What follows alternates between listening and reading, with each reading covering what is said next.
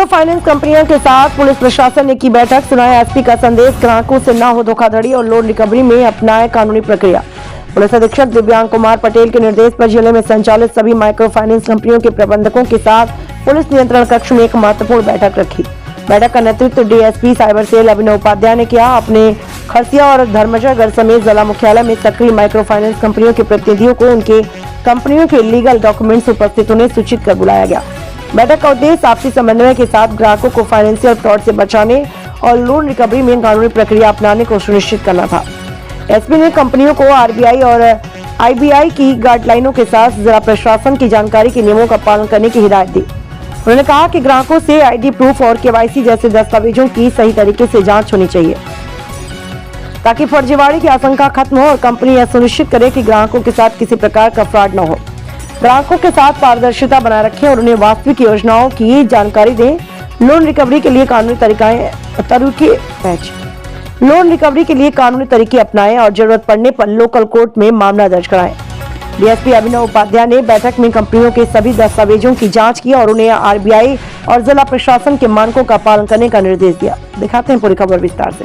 हमारे एसपी श्री दिव्यांग पटेल सर की अध्यक्षता में आज रायगढ़ जिले में ऑपरेटिंग सभी माइक्रो फाइनेंस इंस्टीट्यूशंस की मीटिंग बुलाई गई, जिसमें उनके सभी branch managers, cluster head, regional head सभी को बुलाया गया।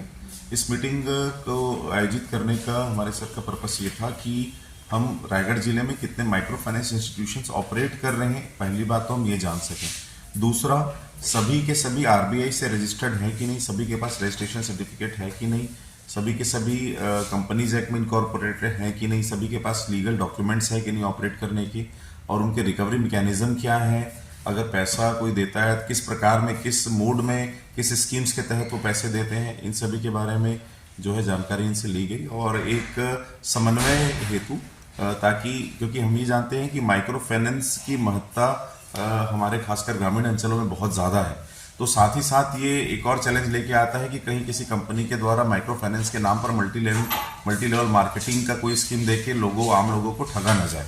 दूसरा, माइक्रो फाइनेंस लोगों तक स्मूथली पहुंचता भी रहे, ये भी बहुत आवश्यक है। तो इन दोनों चीज़ों को मेंटेन करने के लिए हमारे एसपी दिव्यांग पटेल सर की अध्यक्षता में एक मीटिंग शुरू की गई, जिसमें सभी माइक्रो फाइनेंस इंस्टीट्यूशंस को बताया गया कि आप जितने लीगल मैकेनिज्म है रिकवरी के लिए वो ही इस्तेमाल करें, किसी प्रकार का कोयर्शन, किसी प्रकार का दबाव या आप किसी के साथ इलीगल कार्य ना करें, अदरवाइज जो है उसमें अनावश्यक आप लोगों को कानूनन पचड़े में जो है पड़ना पड़ेगा। एंड सेकेंडली, जो भी चीज़ आरबीआई के जो गाइडलाइंस है, आरबीआई 1934 के तहत जो चैप्टर 3 के अंदर जितनी गाइडलाइंस है समय समय पर आरबीआई के द्वारा जारी किए गए सर्कुलर्स हैं, वो क्या ये कंपनीज फॉलो कर रही हैं कि नहीं, यहाँ ऑपरेट करने से पहले क्या उन्होंने प्रशासन को और पुलिस को इस कुछ सूचना दी है कि नहीं। और हमने एक प्रोफार्मा भी तैयार कराया एसपी सर के मार्गदर्शन में, जिसमें सारी डिटेल्स उन कंपनी की फाइनेंशियल हेल्थ कैसी है, उनकी मदर कंपनी की फाइनेंशियल हेल्थ कैसी है, ये जानने के लिए हमने लास्ट 5 ईयर्स का बैलेंस शीट भी मंगाया है, जिसके एनालिसिस करके जो है इन सभी कंपनीज को नेसेसरी डायरेक्शन जो है दिए जाएंगे। और समय समय पर मीटिंग लेकर इनकी फाइनेंशियल हेल्थ के बारे में भी हम जानकारी लेते रहेंगे, ताकि ये हमारी प्रतिबद्धता है रायगढ़ पुलिस की, किसी भी व्यक्ति के साथ किसी प्रकार की ठगी ना हो किसी कंपनी के नाम पर। ये इंश्योर करने के लिए हम सभी पैरामीटर्स ये micro finance institution company follow करेगी नहीं, आगे भी इस संबंध में मीटिंग लेते रहेंगे। Thank you.